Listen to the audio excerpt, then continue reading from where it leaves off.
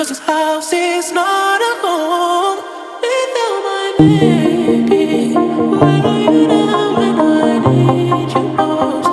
I give it all just to hold you close. Sorry that I broke your heart, your heart. Assalamualaikum warahmatullahi wabarakatuh. Waalaikumsalam warahmatullahi wabarakatuh. Selamat pagi semuanya. Pagi, Bu. How are you today? Alhamdulillah. Kalau ibu tanya, how do you feel today? Happy. Happy. Happy. Oke, kalau teman-teman happy, ibu ada satu jargon khusus untuk kelas ini. Jadi kalau ibu bilang, how do you feel today? Teman-teman bilang, I'm happy. Pagi-pagi, semangat pagi, harus happy, ujung gigi, gitu. Paham? Ayo, bareng-bareng. How do you feel today? I'm happy. Pagi-pagi, semangat pagi, harus happy, ujung gigi,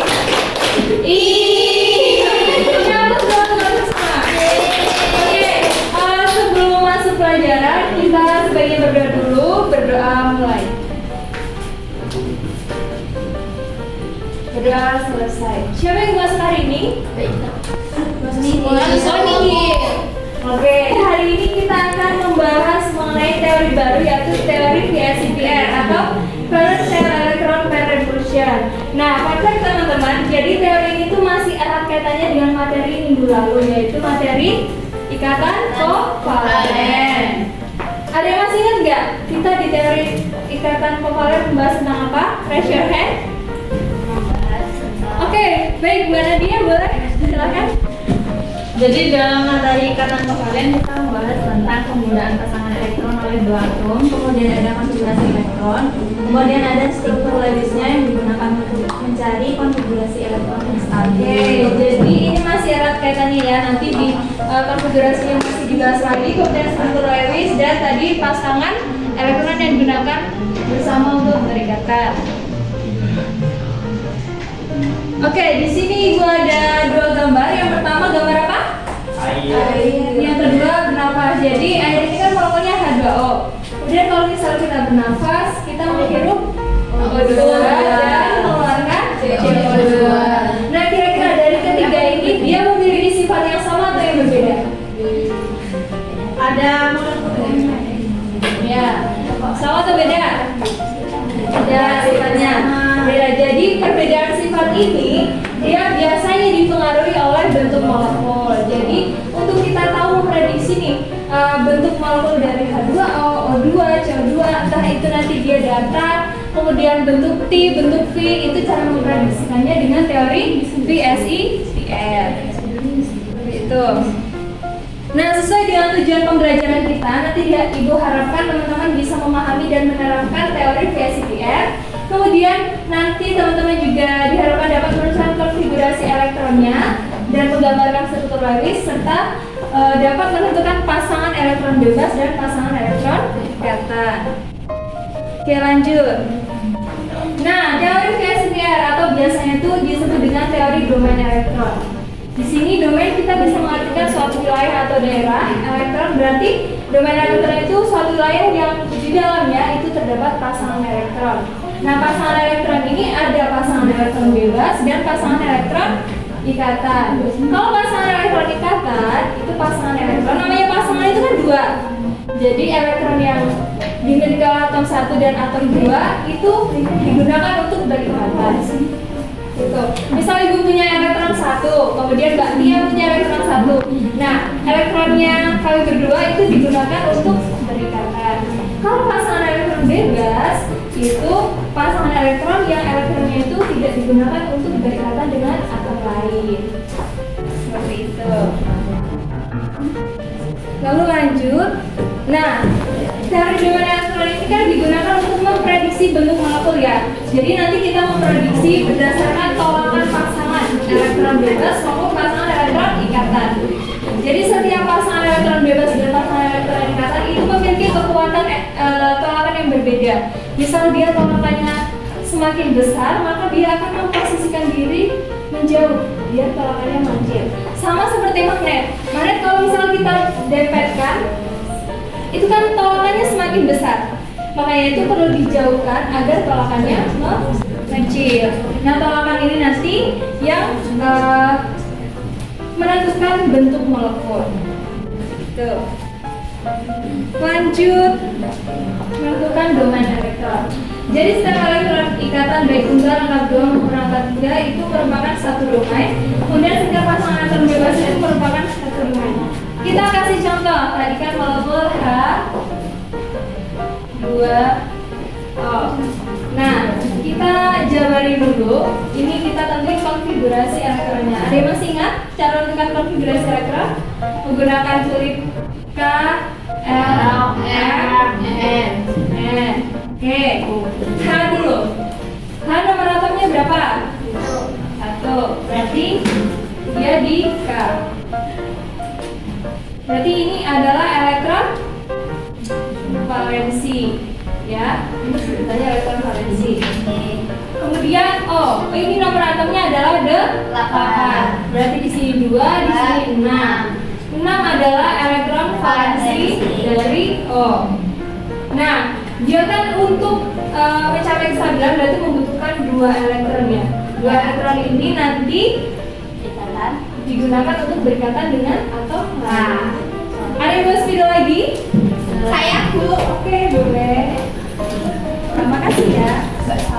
Oke, tadi butuh 2 elektron untuk mencapai kestabilan. Berarti kita tuliskan dulu di sini. Boleh? Di sini karena hanya 2. Berarti ini yang menjadi atom pusat mana? Oh, karena jumlahnya lebih sedikit ya. Berarti O-nya seperti ini.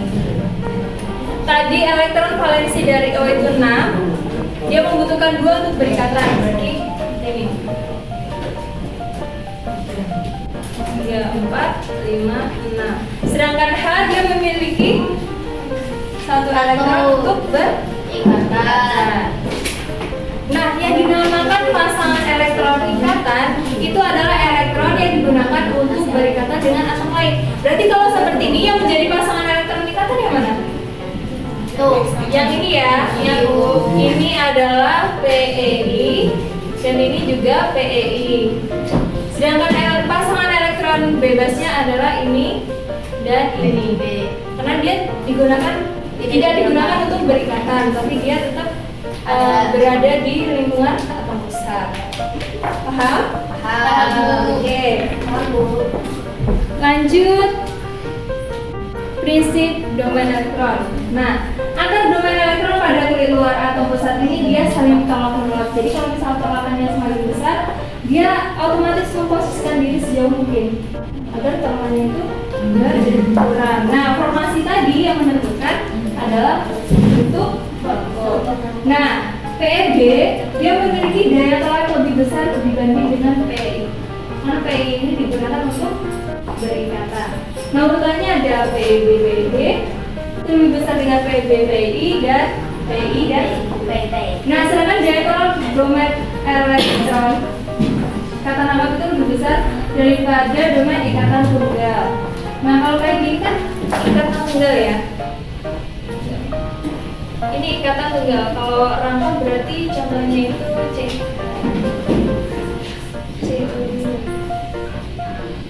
Ini ikatan rangkap.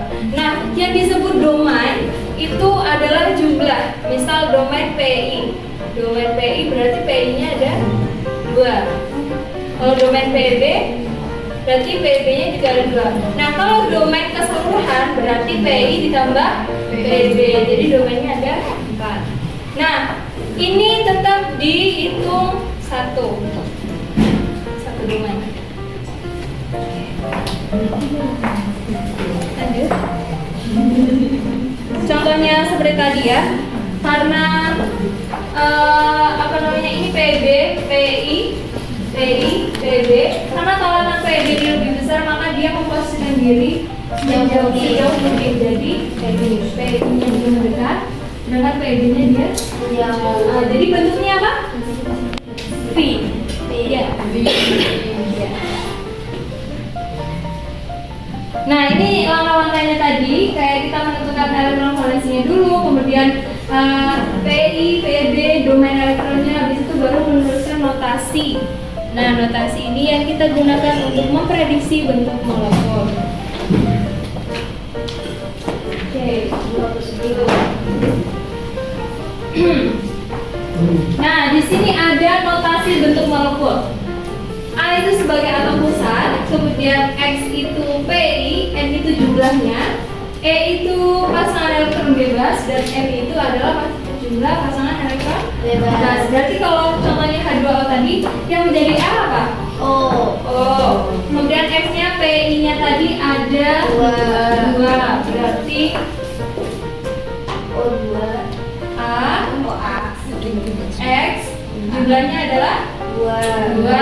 Kalau PEB-nya tadi ada berapa? 2. Ada 2 juga, berarti E 2. Nah, notasi ini nanti yang kita sesuaikan dengan tabel seperti itu ya teman-teman.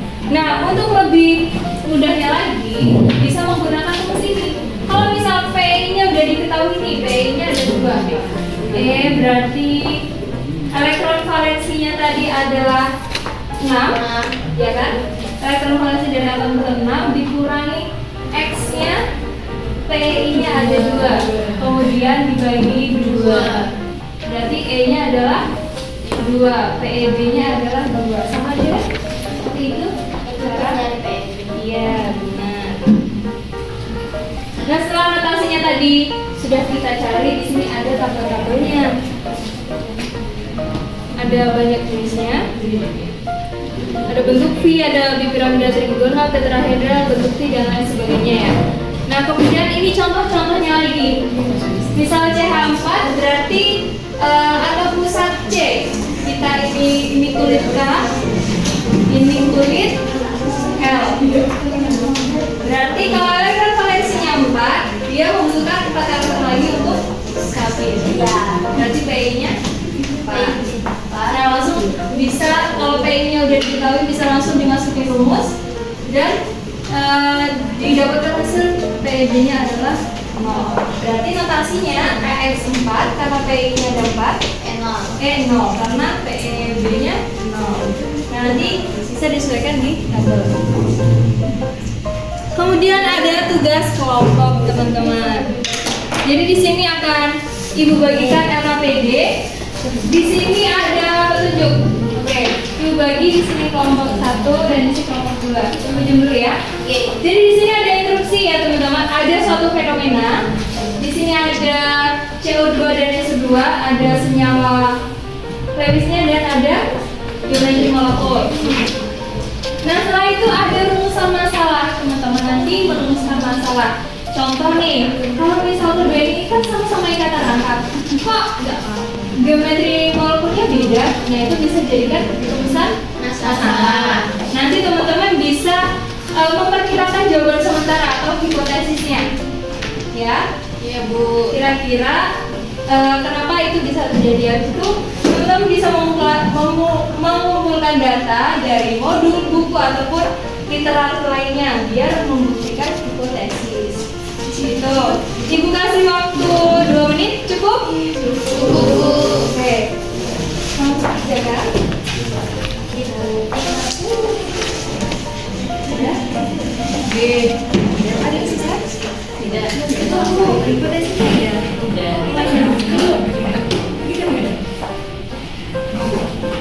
Jadi nanti sudah selesai? Sudah. Oke. Ibu ambil?